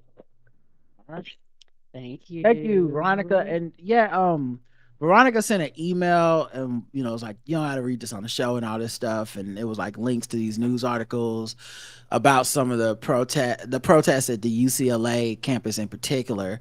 And just the like, at least the ones, the articles I saw. Now I know there's probably somebody out there is going to, now that I'm talking about this, going to send me an article the other way and be like, but they was doing all I know is the articles I saw was a deep dive about some of the people that are harassing the protesters. So they're counter protesters to the kids and faculty that are like, hey, we want to divest from anything the university is doing with Israel or stuff like that. So I don't know if that's particularly what UCLA's protest is over, because there's multiple schools, but a lot of the protests center around getting the schools to kind of divest from anything that they see as like supporting Israel and the war making process. Okay. So there's also people that are counter protesters who are like coming out there, and some of them are being violent. And this one CNN article went into a really deep dive on this kid that's like a high schooler that came out there with like a white weapon and was hitting people with it, attacking people. Police were not stopping him. And then of course they arrest the actual protesters, not that kid. Right. And because it was an agitator. Yeah, and CNN had done like a deep dive and like found his mom, found social media posts that she's now deleted, but many of them were saying, very Zionist things, like we're like all the stuff that people are telling you. Well, this is the worst things that Israel believes and does, or whatever, or some Israelis believe and do. She was saying that kind of stuff, and about the protesters, not even like Hamas, but like these protesters, these kids at this school, go beat their ass, and I'm proud of my son. He made the news beating on one of these protesters. Like, it was real harrowing, fucked up stuff. And it details like because there's a lot of people, of course, going live and putting, so the whole thing is on social media and stuff. So there's like people literally physically attacking and assaulting protesters with with weapons, handing out boards and stuff like that, saying stuff to people. And it definitely looked one-sided. And of course, especially with the police not doing shit, the police go over to the protesters and arrest them later on. So as I've said the whole time with the protest thing, it felt kind of weird to me because it feels very similar to Black Lives Matter protest, where they just spread the word of like, oh, they burned down a CVS, they fucked up a gas station, and suddenly that justifies police coming in with batons, Humvees, suppressive crowd control devices, like tear gas and rubber bullets and beating people and shit. And I've seen that playbook so many times, and the coverage is to make you unsympathetic to the person that is, sitting there. And to ignore the fact that the vast majority of people that are there are peacefully sitting there. Yes, they are. Not bothering nobody. They're peacefully protesting. But if you can get anyone to start anything, even if they're defending themselves, you get to then classify that as not a peaceful protest anymore. and come in there with the full power of the fucking law. And Even if you're the one that started it, it don't yeah, matter. But the and fact that they responded is the or you problem. allow people to start it. Look at Kyle Rittenhouse. Yes. Look at Kyle Rittenhouse. Police weren't gonna do shit to that boy. You know, they weren't there. They felt like they on the same side. You know, so yeah, like I said, I don't know all the details. There were very very long articles. I read most of them, and I think we haven't really talked too much about what's going on campus because I do understand that, and I keep trying to say shit in the most simplest context because that's where people normally can agree. You ain't really seen no movies where the people beating the protesters up were right. Right. It's like book burning. There's no movies where we're like, thank God they burned those books. Those are the good guys. So it's hard for me to believe that these kids are just like the bad guys or whatever. I Right. It understand don't it's have a bigger than point. that. I Right. understand I'm sure there are bad people that are of bad faith and doing stuff. Because every movement in America is like that, where no side gets to be 100% pure without bad faith actors and shit. But I just know in the past we always look to the past, and the kids standing up to the tank in Tiananmen Square, the kids that got shot on campus by the National Guard. Those are always the ones that we see as the heroes. We never see we never go thank God for the National Guard that time.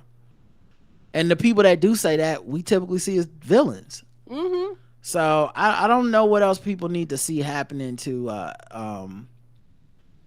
don't know that our podcast will be able to convince people any more than all the articles and all the coverage and stuff it has done. And it's not something we've dwelled on the show that much because, one, I admittedly don't know everything about this, and I keep seeing all kinds of conflicting information on social, which I think is on purpose to keep people like, oh, I guess it's just all crazy.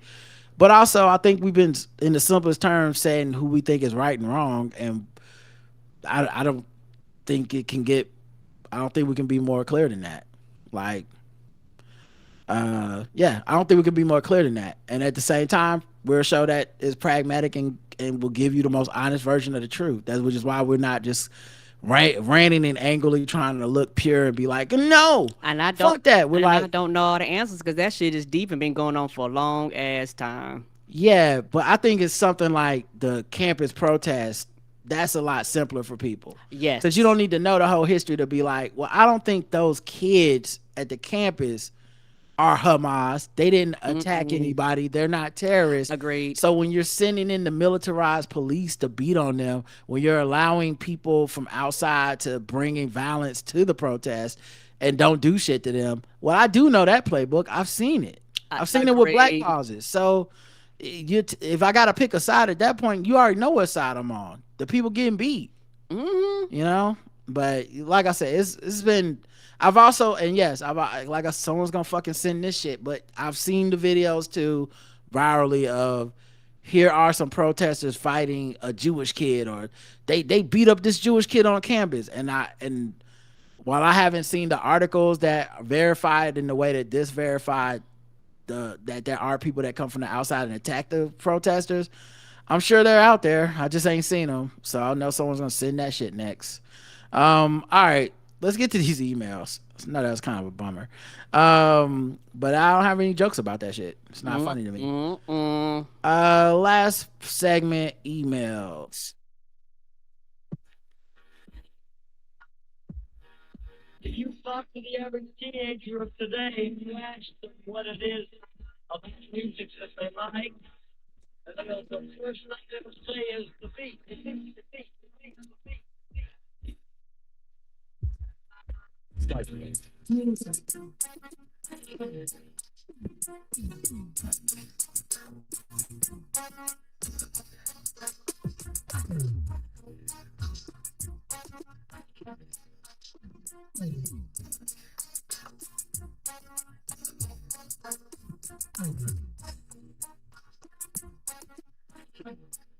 All right, let's get to the emails. Okay. Louis says, thank you for sharing your fitness journey. Hello, Rod. Thank you for sharing your fitness journey on the show. It's been incredibly supportive as I work to build up my own running ability. I did a Tar Heel 10 miler in April and plan to do a marathon in November.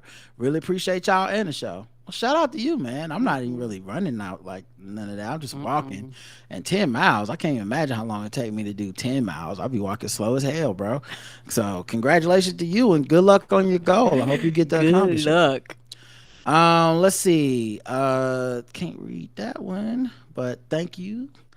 Jasmine Crockett featuring ALC Psycho Music. Sorry, the last copy. Oh, it's that beat. Okay, yep, got it. It's the beat that I played earlier about the bad built beach body. Let me make sure I'm adding it to our thing right now. Okay. So, yeah, we'll put it in the rotation. This is from Me Oak. Y'all remember Me Oak? My mom was talking about Me Oak the other day, saying how much she enjoyed that podcast. She was. Me Oak says, hey Rod, how you doing? Wanted to share that I'm leading my first ayahuasca retreat. It's going to be amazing, and people will really have a unique space to get some deep healing done. I love you shared it with your people. Maybe you'll come. I'm not ready for that. I'm still on these edibles. Okay, still learning, but. You can find it by going to Me Oak's website, Holding Compassionate Space, and then it's the Salotra Healing Center guided ayahuasca retreat. So and you can if you need the link, I can put it in the show notes for this episode. But yeah, support Me Oak. I know a lot of y'all were curious about that when we had that episode. So but all right, let's go to the next one. I think this is Kiana, who says BBL Drizzy socks. Just purchased 4 pairs of BBL Drizzy socks for me and my little crew off your recommendation because I love a good sock. Those socks are hilarious. And the further you go down the sock, the funnier the sock gets. YouTube really helped me. YouTube really helped me get through my commute, and I play your YouTube videos when I'm doing chores around the house. I've been a listener since about 2015, and you've easily become cousins in my head. I share your show with people all the time. I wish all the best for y'all. And if you're ever in the DMV Baltimore area, I happily take you out for a drink and a pre-roll. Thank you. All the best, Kiana. Thank you. Thank you. You know what I'm saying? I appreciate it. And shout out to the hospitality. We love to see it. And I hope you enjoy those socks. You know, I guess that make us old and not cool, but you know, whatever. We rocking them socks. And oh wait, 2 more things. I'm sorry. Then we got another email. This is from Psycho Music. And it's I think a YouTube short. Give me a second. I'll see if I can play it for the crowd where they can see it as well as us. Okay. So I guess this is it. Turn the volume up. Okay, this is what really happened in the Kendrick versus Drake beef. Nigga, I said it. I know that you mad. I've emptied the clip over friendlier jabs. You mentioned my seed, and I deal with his dad. I gotta go bad. Sometimes you gotta pop out and show niggas. Certified boogeyman. I'm the one that up the Oh, he took a Key and Peele sketch and put the music to it. That's hilarious. To it. Really deflowing him. Say Drake. I hear you like I'm young. You better never go to sell black You didn't porn. learn Drake. I like Key and Peele. So they just like, okay, this is like one of them talking get back. No, this is good music editing, man. I mean, it's more of a, you got to see it. So audio podcast is not working, but yeah, shout out to Psycho Music. And then we got a letter in the mail. Okay, so Now it's handwritten. yay! So that's it for emails then, right? Yes. Okay. Handwritten. Dear Rod and Karen, this is my 3rd attempt at writing this, so bear with me. My handwriting has been a while.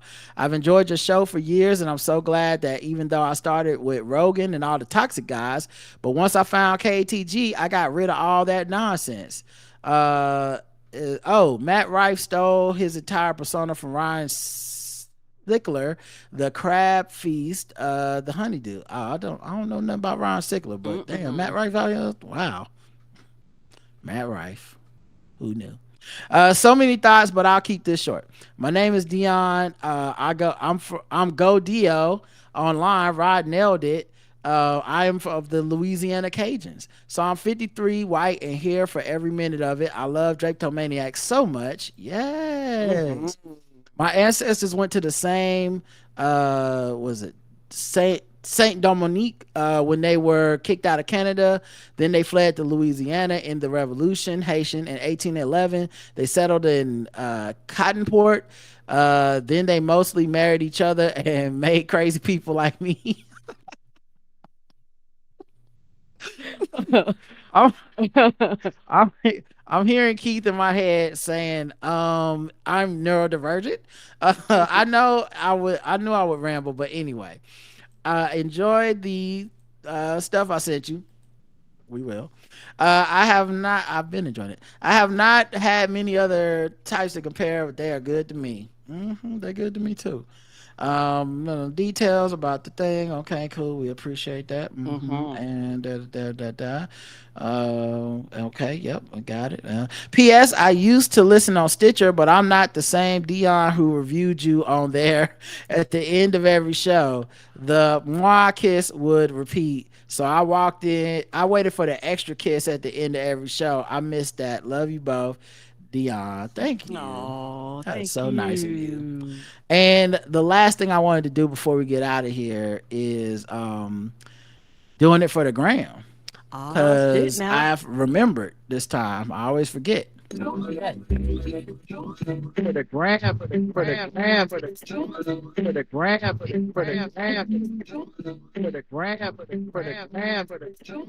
the gram, for the gram.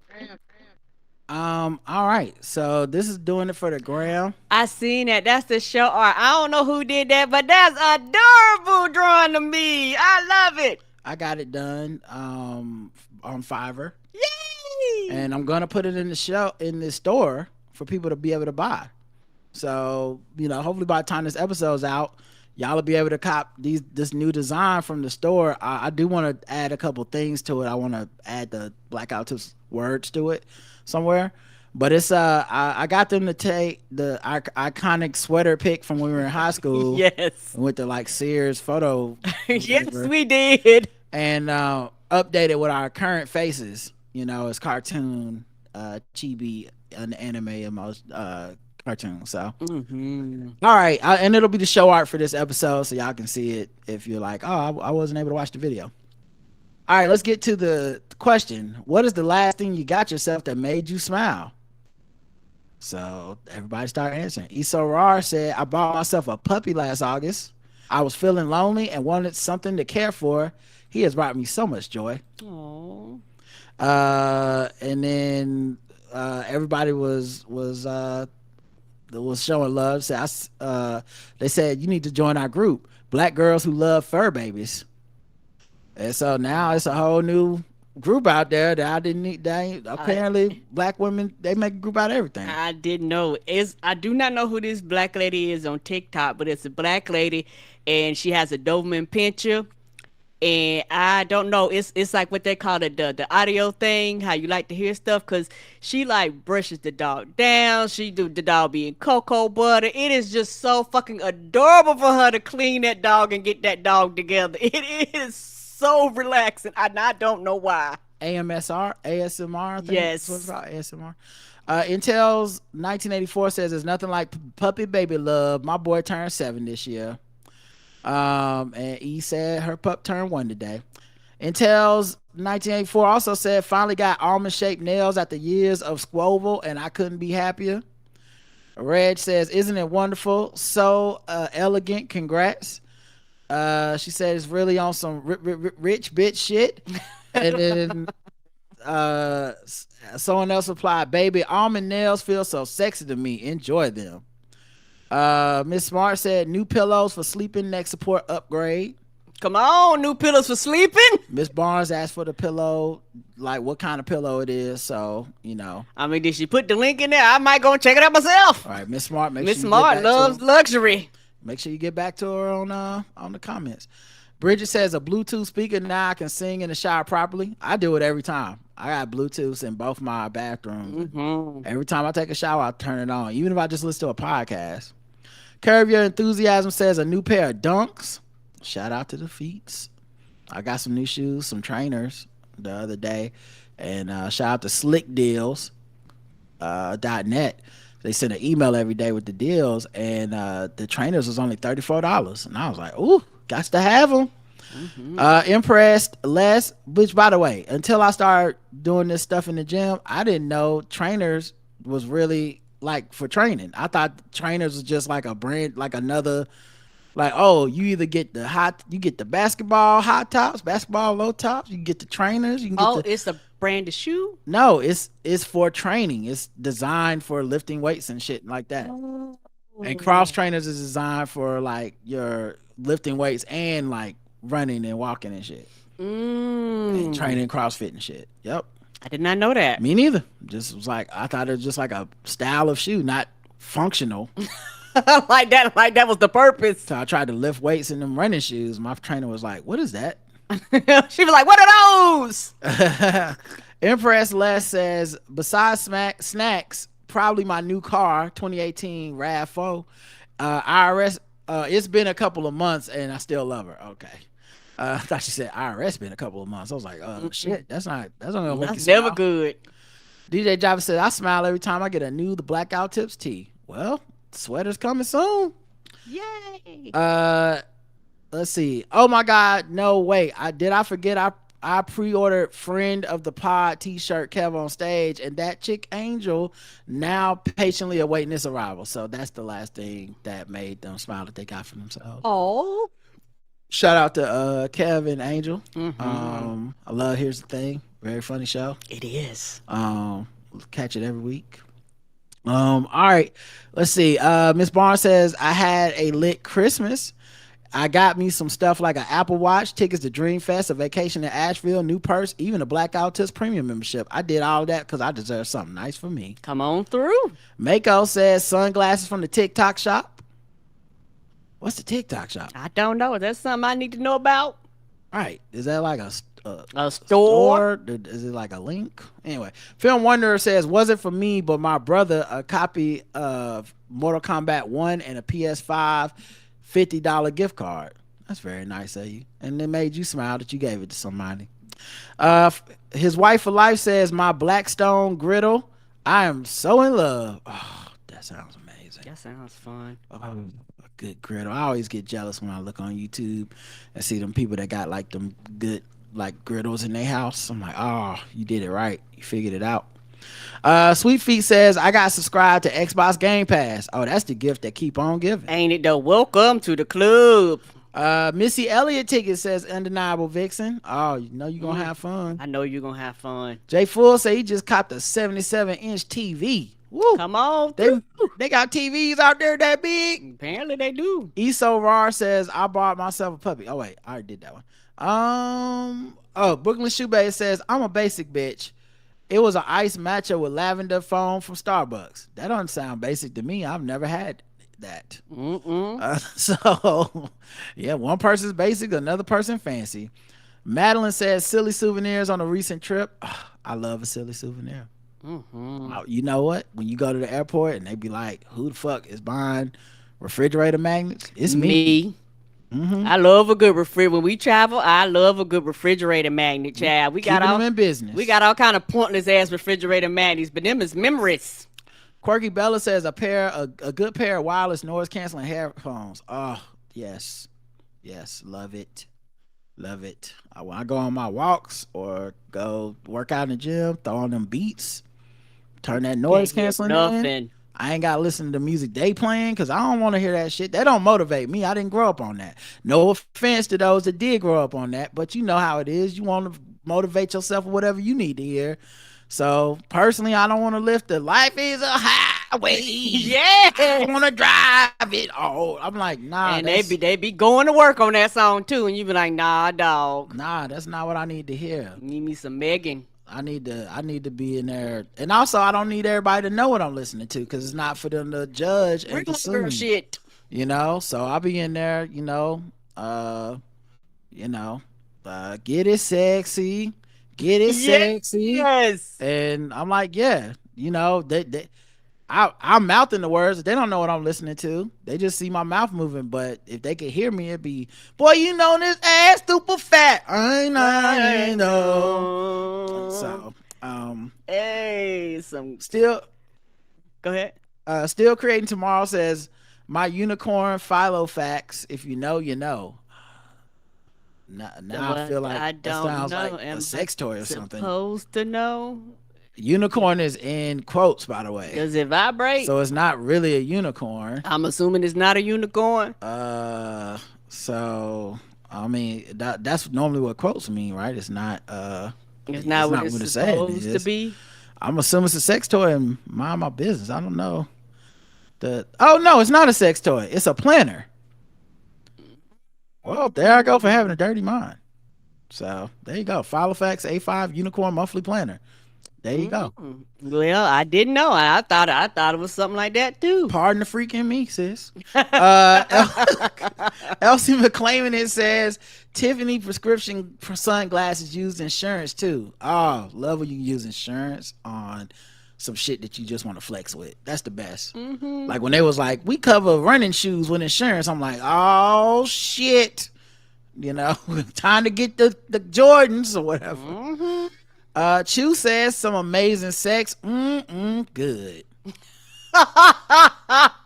They should make that should be the tagline of Amazing Sex. When they make Amazing Sex advertisements, just like good. Like amazing sex. Good. Brought to you by the Church for Jesus Christ of Latter-day Saints.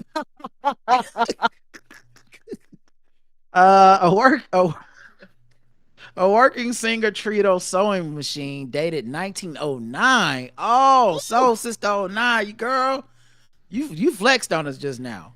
You did. They took good care of that thing. Yeah, I don't even know, because it don't sound like that should be a flex. It sounds like I should be like, nigga, buy you a 2024 machine. It's because it's probably got the AI in it, and it do. And don't cut your fingerprint technology. But something about this being so old actually somehow make me think it's more balling than having a new one. It is, yeah, because the new shit, it does all types of shit. It's Bluetooth, you can connect it to the internet, it could stencil for you, it do some fancy shit. Yeah, but 1909, it's like a car. If somebody tells you like I got a 2024 car, you like, yo, you balling. If you get a year ahead, you really balling. Like I got the 2025 Mazda, whatever. But if you say I got a 1923 something, I'm like, oh, you balling. So that's what I did with that. Eve says I bought a hot air popcorn popper because I hate the taste of microwave popcorn. Popcorn is also my dog's favorite treat. So we have both gotten enjoyment from this purchase. Oh, that's as sweet. long as you're not kissing them in the mouth, we not good. my business. LaFilm Nikita says X-Men 97 inspired me to get my first comic book. I sat in my backyard and read it cover to cover. Oh shit now. We love to see it. We got a nerd on our hands, a comic book nerd, child. Whatever you like, it's a comic book out there on it. Just to let y'all know, for those of you to go, nope, if you like a cartoon, I started reading comic books because I love Powerpuff Girls. And so this is years ago, me and Roger, I want to say Barnes and Nobles. Went to like the Barnes and Nobles where they used to have them racks. Roger was spinning it around. I was like, ooh, what's this? I started reading, and then I was on comic books ever since then. Danny Foxworth says just bought one of them Nardwuar hats off Amazon. Tight. Def Not Yoda says a housekeeper. That is nice. Although you bought yourself housekeeping. Because the question was like, where you get yourself where'd you get yourself that made you smile? She said a housekeeper, but I think you mean housekeeping. I think that's illegal if you bought yourself a housekeeper. That's a whole ass housekeeper. They were like, oh shit, I can't leave. Hey man, you saw the contract, bro. Housekeeper. You saw hey, you should have read both sides. Should have flipped that bitch over. Reg Dow says a vial of my favorite perfume. Yatunda says a house. Okay. Come on through. Big purchase. But is it a home? Because a house is not a home if, never mind. In plain sight says my dog's face tattooed on my hand. Oh, that is Sounds nice. adorable. Pastries for my favorite bakery, says Miss Shantae. Come That on sounds through. good. Fresh pastries. Yes. New shirt, says Metal Stank Face. An exact pair of LeBron 12s that I owned back in college. Wow, that's a balling purchase. Mm-hmm. Ramekins for bacon. I love ramekins. Come on through, ramekins. Okay, don't give me. Take care of your ramekins. They'll take care of you. Mm-hmm. Just Win Baby 2016 says, bought an English Premier League soccer jersey for a team I started following this past season, Arsenal FC, but I'm strongly considering buying a self-transforming Megatron, $900. Oh, I seen it. Mm-hmm. I seen it. I can't do it. I can't. It's too much. It's too right? But that shit looked great. Yes! It had the voice. Oh. I'm like a kid. I've been looking at that bitch going. And it transformed to the reason I can't possibly spend that money on it is because I'm gonna transform it once or twice and I'm gonna be done. That's all it can do. Like I'm just gonna be sitting around like, oh, I transformed it, and then from that point on, it's just gonna be collecting dust in whatever station I left it in. Mm-hmm. So I can't do it. But man, if I was rich, I'd do it. All right, y'all. That's it for this episode. Thank y'all for listening. Thank y'all for people that did it for the gram. For the gram, for the gram, for the gram, for the gram, for the gram, for